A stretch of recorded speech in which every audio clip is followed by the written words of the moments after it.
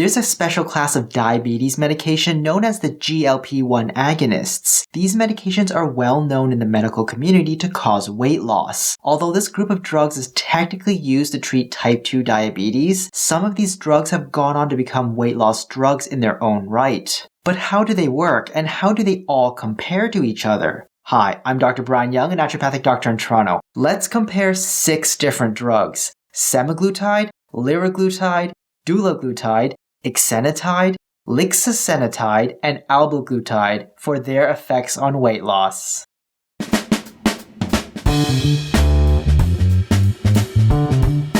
This class of diabetic medications is known as the GLP-1 Agonists. They all work in similar ways by stimulating the effects of a hormone called glucagon-like peptide 1 or GLP-1. This hormone stimulates the release of insulin and therefore helps diabetics with poor insulin control. Even though they can be quite effective at treating diabetes, they're not commonly used first line for diabetes. There are a few reasons for this. 1. Most GLP-1 agonists need to be injected, making it somewhat inconvenient to take. Some people are deathly afraid of needles, and having to potentially deal with one every day is not a pleasant prospect. 2. We already have more effective drugs for diabetes like metformin. Some of these drugs are really old and have decades of research backing their safe and effective use. So newer diabetes drugs will always find it difficult to compete with such well-established medications already in use. 3. And probably the biggest reason of all is cost. GLP-1 agonists are typically many times more expensive than other diabetic drugs. In fact, they tend to be the most expensive diabetic drugs on the market. So insurance companies hate paying for them if other cheaper alternatives are available. They do have some benefits over other diabetic drugs, like having a lower risk of hypoglycemia, but the real hidden gem of these GLP-1 agonist medications is the ability to cause significant weight loss. You see, stimulating GLP-1 also makes us feel full, so all these drugs help people lose weight primarily by suppressing their appetite and making them eat less. Semaglutide and liraglutide are probably some of the better known medications in this class, at least in Canada it seems, and also the drugs I have the most experience with. I've compared them before in another video in much more detail. You can check it out in the description down below. So in this video, I'll be stepping back to broaden the scope to include other GLP-1 agonists and focus on the differences between all 6 drugs under 10 different brand names. Let's introduce them all. Names, uses, and dosing. Semaglutide is sold under the trade names Wegovy, Ozempic, and Rybelsus. They're all the same drug, just that Wegovy is approved for weight loss, and Ozempic and Rybelsus are approved for diabetes. Wegovy and Ozempic are given by injection, with Wegovy being dosed twice as much as Ozempic, which much more strongly suppresses appetite and helps with weight loss better, but is expected to cause more side effects than Ozempic. Wegovy and Ozempic are injected once per week. Rybelsus is unique in that it's the only GLP-1 agonist taken as a pill rather than injected. Rybelsus is taken once per day. Liraglutide is sold under the trade names Saxenda and Victoza. Saxenda is approved for weight loss and Victoza is approved for diabetes. Again, Saxenda is typically given at a higher dose than Victoza, which gives it a stronger appetite suppression, usually at the expense of having stronger side effects. Saxenda and Victoza are injected daily. Dulaglutide is sold under the trade name Trulicity. It's only approved for diabetes and is injected once per week. However, it's commonly used off-label for weight loss around the world.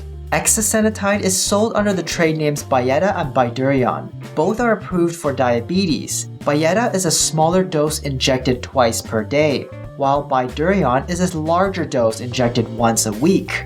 Lixisenatide is sold under the trade name Adlyxin. It's only approved for diabetes and is injected daily.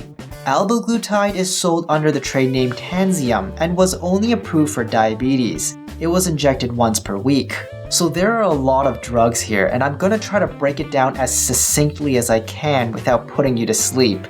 This means I'll be potentially omitting information I believe to be unimportant, simplifying a lot of information from studies, and making a number of assumptions that will help me draw more definitive conclusions. So if you're a researcher and prefer to dig into the research studies yourself, I've left all the references I've used down below in the description for you to peruse at your convenience. All that aside, let's compare these drugs.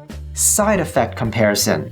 GLP-1 agonists carry similar side effects, with the most common being nausea, vomiting, and diarrhea. They also carry the same potential risks like damage to the liver or pancreas, gallstones, kidney failure, and increase in thyroid cancers, and so on. It's somewhat more difficult to compare the frequency of these more serious risks between the drugs since they happen so rarely. However, we can compare the frequency of more common side effects like nausea, vomiting, and diarrhea. A comparison of research studies suggests that Wegovy and Ozempic are likely to cause the most side effects, with Wegovy likely to cause more due to its higher dose than Ozempic. Saxenda and Victoza also have a higher frequency of side effects. However, the lower dose in Victoza likely makes it more tolerable than Saxenda.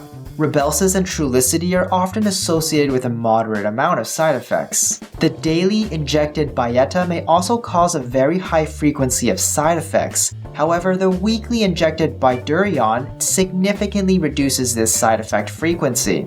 Adlyxin has a moderate frequency of side effects compared to the rest, and Tanzeum appears to have the lowest of the bunch. It's interesting to note that having to give yourself injections more often does not necessarily mean more side effects. The frequency of side effects and frequency of dosing do not seem to be correlated. Also, the only drug not injected on this list, Rybelsus, also does not necessarily have less side effects than the injected drugs. Availability and cost comparison. In general, the GLP-1 agonists are some of the more expensive drugs on the market. Wegovy and Saxenda are the most expensive, costing around $1,000 to $2,000 per month depending on your dose. The other drugs are also quite expensive out of pocket, although insurance can reduce the cost to a few $1,000s a year. All the drugs are available only by prescription, so you'll need to see your doctor to get it prescribed to you. At the moment, Wegovy is not yet available in Canada, having only recently been given FDA approval, but will likely be available very soon. Bydureon has recently been discontinued, apparently because it wasn't selling too well. Albaglutide was discontinued back in 2018, also due to poor sales. Weight loss comparison.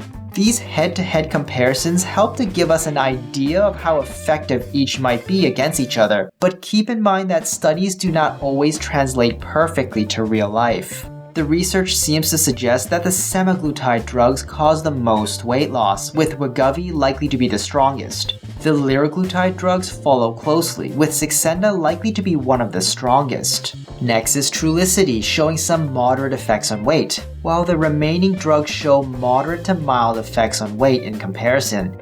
Tanzeum appears to have the least effect on weight. It's interesting to note that generally speaking, the stronger the drug affects weight loss, the stronger its negative side effects and less tolerable it might be to take. Perhaps this is one of the downsides of taking more effective weight loss medications. Another interesting correlation is that the more effect the drugs have on weight loss, the higher the cost of the drug is priced. It's important to remember that these weight loss effects are just initial results, and all the drugs have shown rebound effects over time that cancel out any initial weight loss if a proper weight loss diet was not followed. So it's not going to matter how strong or expensive your GLP-1 agonist is in the long run if you aren't going to follow good weight loss habits. Summary.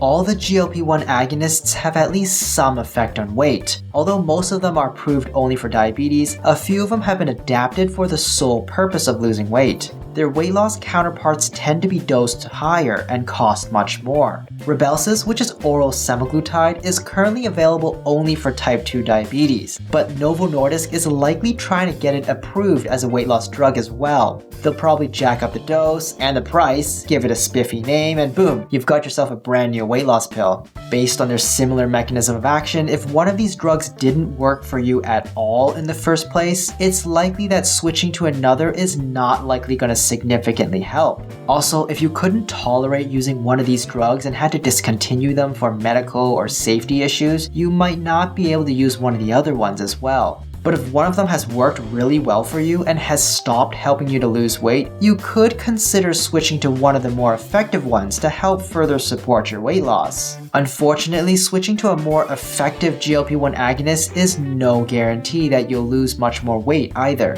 For example, if you've already tried, say, Saxenda for weight loss, I wouldn't expect there to be too big a difference if you switch to Wegovy, based on my experiences with patients switching to and from semaglutide and liraglutide. I'm not saying there definitely won't be any difference, just that you'll need to decide for yourself whether paying for Wegovy out of pocket is worth trying, especially if your insurance is already covering Saxenda. Anyways, in the long run, the amount of weight loss will depend more on your adherence to a good weight loss diet and the building of good dietary habits, rather than what drug you took, especially since these drugs are not going to work forever and your body will get used to them.